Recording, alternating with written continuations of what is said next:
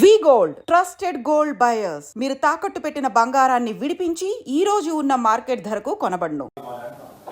నేనేమంటారు ఇక్కడ జరిగిందే first of all పునగణన చేసిందే తప్పు అంటున్నాను. నేను 3.1తోని వచ్చేది ఉపయోగం ఏం లేదు. అది ఓవరాల్గా 16 లక్షలు. ఆ 16 లక్షల వలన వచ్చిందేం లేదు. టోటల్గా 60 లక్షల మంది సంఖ్యనే తగ్గిందనేది మా డిమాండ్. నేను ముఖ్యమంత్రి గారికి ప్రభుత్వానికి భేషజాలకు పోకుండా ఈ 3.1 అనేది పక్కన పెట్టి మీరు ఫ్రెష్గా మొత్తం చేయండి. మీకు నిజంగా మీ బీసీల పట్ల చిత్తశుద్ధి ఉంటే వాళ్ళకి న్యాయం చేయాలనేటువంటి సంకల్పం ఉంటే మొత్తం చేయమంటారు. ఎందుకంటే అనేకమైనటువంటి అనుమానాలు దాంట్లో ఉన్నాయి. మాకే కాదు, బీసీ సంఘాలకు కూడా ఉన్నాయి. మీకు డీటెయిల్గా కూడా చెప్పినాయి. 2011 సెన్సెస్ జనాభా ప్రాతిపదికన 3,50,00,000 మందిది అనేది అఫీషియల్ లెక్క. అది నెట్లో కూడా ఉంది.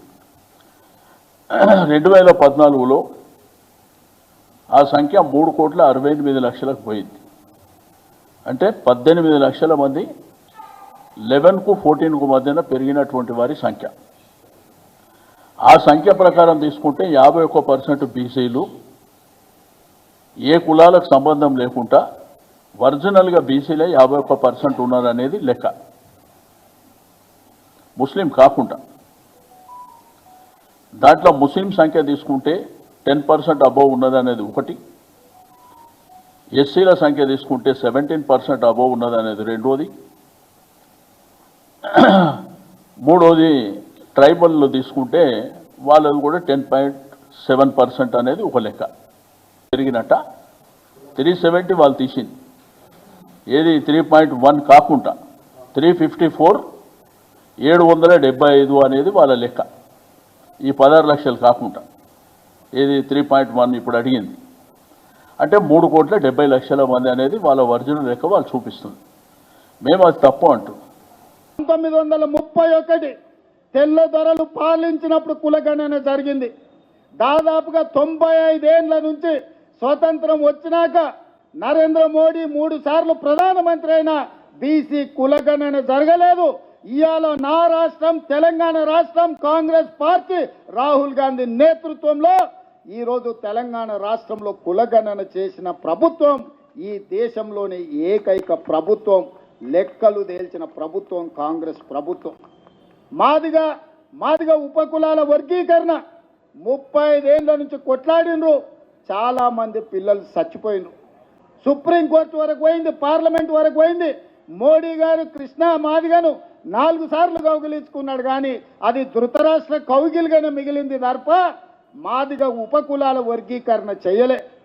కానీ మీ ప్రభుత్వం ప్రజాపాలనలో మాదిగ ఉపకులాల వర్గీకరణ అమలు చేసి దేశంలోనే మొదటి రాష్ట్రంగా నిలబడి దేశంలో దశాబ్దాల కొద్దీ వాయిదా పడుతున్న సమస్యకు పరిష్కారం చూపించిన మొదటి సంవత్సరంలోనే ఇన్ని గొప్ప కార్యక్రమాలు చేసిన ప్రభుత్వం ఈ రాష్ట్రంలోనేగా ఈ రాష్ట్రం దేశంలోనే మొదటి స్థానంలో ఉంది. అందుకే మిత్రులారా, ఎవరు ఎన్ని చెప్పినా వాళ్ళు ఏదో వాట్సాప్ యూనివర్సిటీ మోడీ పెడితే సోషల్ మీడియా యూనివర్సిటీ వీడియో కూడా పెట్టిండి, అక్రమంగా సంపాదించింది, కొల్లగొట్టింది. వాటిని పెట్టి అబద్ధాలు ప్రచారం చేయాలనుకుంటారు. ఛానల్స్ ఉన్నప్పుడే మీరు ఏం చేయలే, పేపర్లు పెట్టుకున్నారు, టీ న్యూస్ పెట్టుకున్నారు, నమస్తే తెలంగాణలో గుమాస్తా తెలంగాణ పెట్టుకున్నారు. ఏమైందా? ఇవాళ సోషల్ మీడియాలో తప్పుడు ప్రచారం చేస్తే ఏమవుతుంది? ఇవాళ మీరు అందరూ అనుకుంటే ఈ ప్రభుత్వం అమలు చేస్తున్న కార్యక్రమాలను పేద ప్రజలకు వివరిస్తే ఒక్కసారి కాదు, మళ్ళొక్కసారి కాదు, 4 సార్లు మన ప్రభుత్వం ఉంటుంది. ఈ వేదిక మీద ఉన్న వాళ్ళు చాలా మంది ఎమ్మెల్యేలు మంత్రులు అయ్యే అవకాశం ఉంది.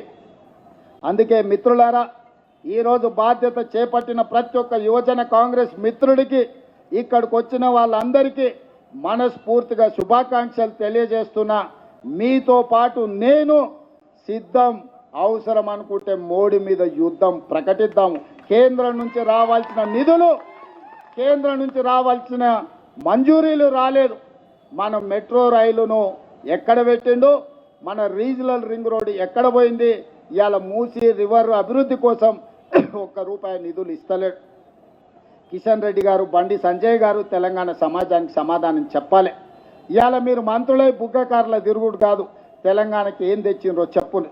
కేంద్రం నుంచి ప్రచారం చేయడానికి వస్తారంట, అమ్మో తెలంగాణకి ఏదో ఇచ్చిండ్రని. ఏమి ఇచ్చిండ్రా? బీహార్కి ఇచ్చిండ్రు, గుజరాత్కి ఇచ్చిండ్రు, ఇతర రాష్ట్రాలకు ఇచ్చిండ్రు తప్ప తెలంగాణ పైసకు చిల్లి గవ్వ కూడా ఇవ్వాలి. ఇవాళ ₹1 కేంద్రానికి మనం పన్ను కడితే 42 పైసలు మనకు వస్తున్నాయి. బీహార్ ₹1 పన్ను కడితే ₹7 తీసుకుపోతున్నారు. ఉత్తరప్రదేశ్ ₹1 కడితే ₹3 తీసుకుపోతున్నారు. మరి తెలంగాణ ఏం పాపం చేసిందా? ₹1 కడితే 42 పైసలు ఇస్తున్నావు అంటే 58 పైసలు నువ్వే మా సొమ్ము దొబ్బుతున్నావు మోడీ గారు. అందుకే కిషన్ రెడ్డి, బండి సంజయ్ అనుకుంటున్నారు ఏ దానికైనా కొంత సమయం ఉండాలని సంవేదన పాటిస్తున్నాం.